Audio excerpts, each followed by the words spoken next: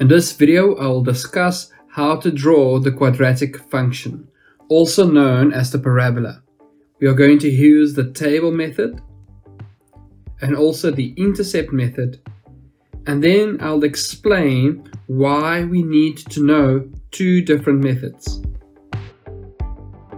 In our first example, we'll use the table method to draw fx equals to 2x squared plus 3.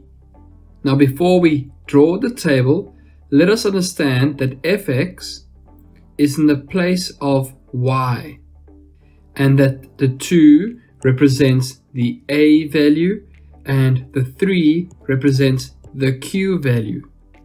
In the summary video, I explained the impact of a and q on the quadratic function. So remember, when a is bigger than 0 or positive, then we have a smiley graph, and when a is smaller than 0 or negative, then we have a frowny graph. And q represents the maximum or minimum value, and also in grade 10, the y-intercept. So before we draw the function, let us just read our equation.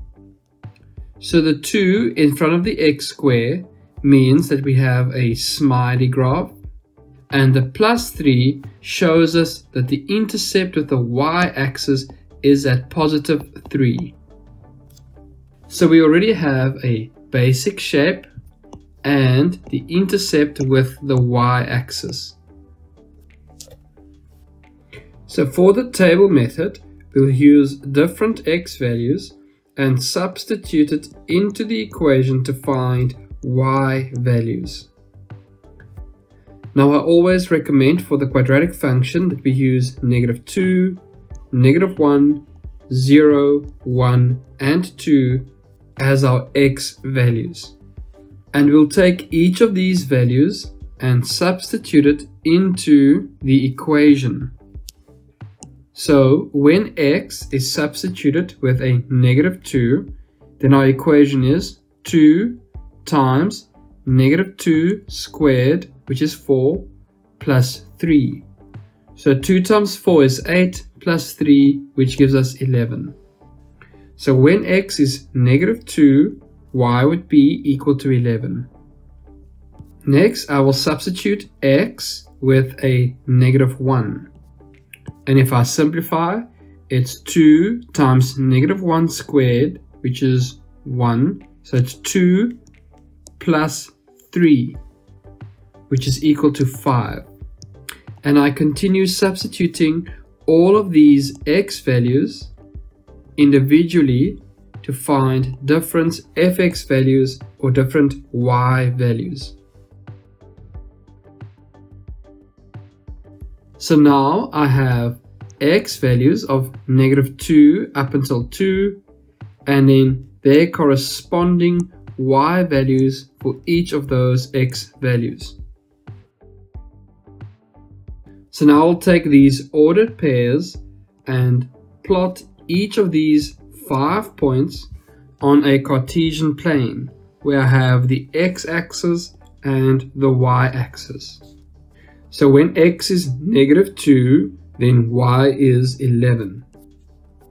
Next, the coordinate would be -1 and 5.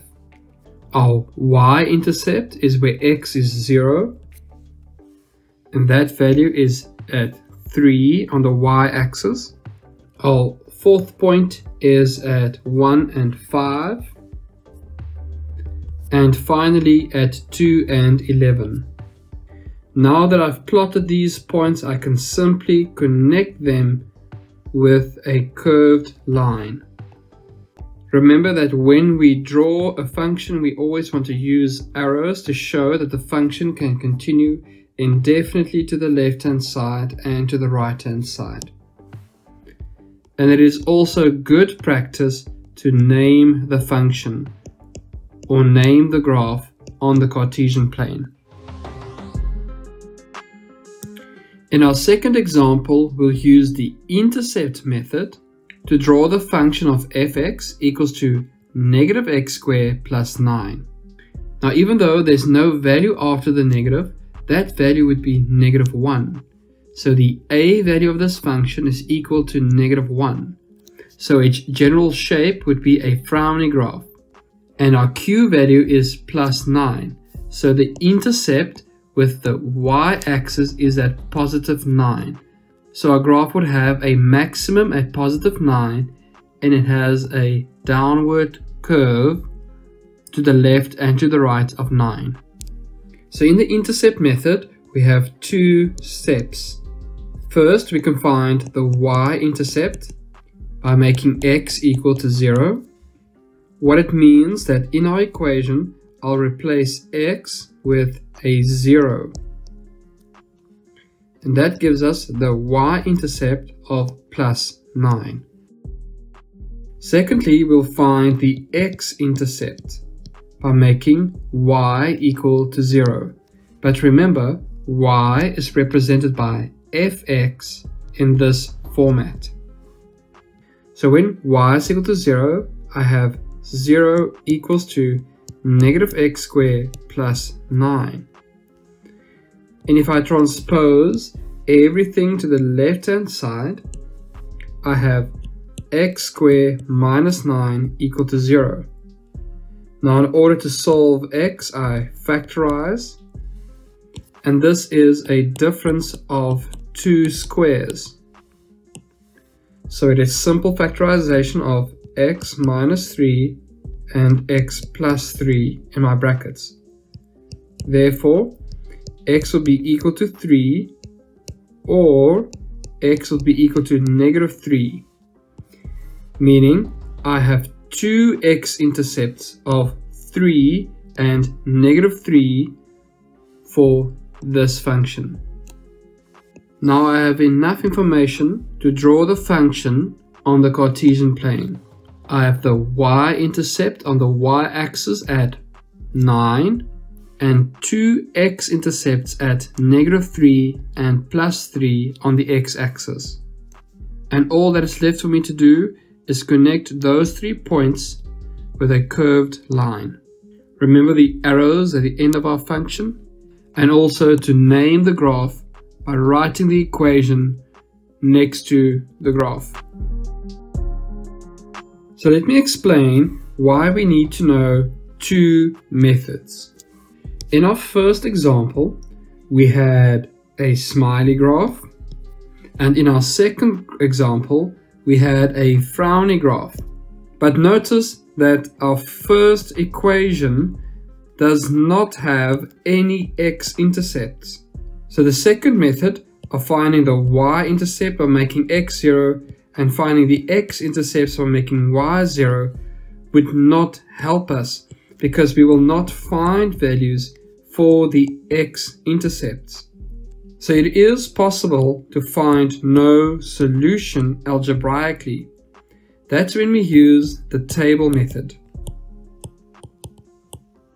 And in our second example, we did have a y-intercept and two x-intercepts. Now the intercept method works perfectly because we can calculate these 3 points algebraically. But the moment you get to an example when the graph does not have x-intercepts, then the intercept method will not work for you. So it's important to read the function. Make an interpretation on the a value and the q value before you start drawing. So you can draw a rough sketch and identify the general shape and whether or not that graph will run through the x-axis. If not, use the table method.